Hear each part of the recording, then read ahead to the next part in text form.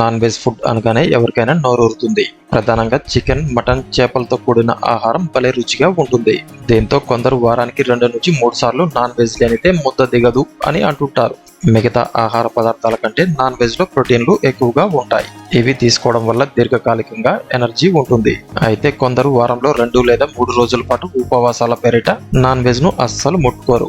మరీ ముఖ్యంగా ప్రతి శనివారం చాలా మంది నాన్ వెజ్ జోలికి అస్సలు వెళ్లరు. దీనికి ధార్మిక కారణాలే కాకుండా సైంటిఫిక్ రీజన్ కూడా ఉంది. అదేంటో తెలుసుకోవాలని ఉందా?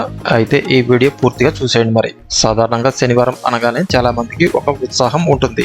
ఎందుకంటే తెల్లారితే ఆదివారం కదా, సెలవు దొరుకుతుంది అని.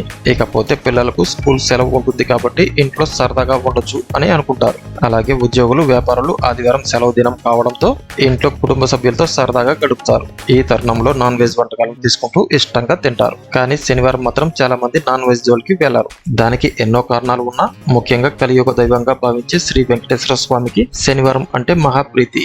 అందువల్ల ఆయన కోసం ఈ రోజు నాన్ వెజ్ జోలికి వెళ్లకుండా ఉపవాసంతో ఉంటారు. మరికొందరేమో శని మహాదేవుడిని పూజించడం వల్ల అయితే ఇంకొందరు ఆంజనేయ స్వామిని ఆరాధిస్తూ ఆయన కోసం శనివారం నాన్ వెజ్ జోలికి వెళ్లారు. ఇక మరికొందరు ఏం చెప్తున్నారంటే వారంలో ఒక రోజు కడుపు ఖాళీగా ఉంచుకునేందుకు శనివారాన్ని ఎంచుకున్నామంటున్నారు. అయితే శనివారం ఈ కారణాల వల్లనే కాకుండా నాన్ వెజ్ కు దూరంగా ఉండడమే మంచిదని సైన్స్ కూడా చెబుతుంది. ప్రతి శనివారం భూమిపై చంద్రుడి ప్రభావం ఎక్కువగా ఉంటుందట.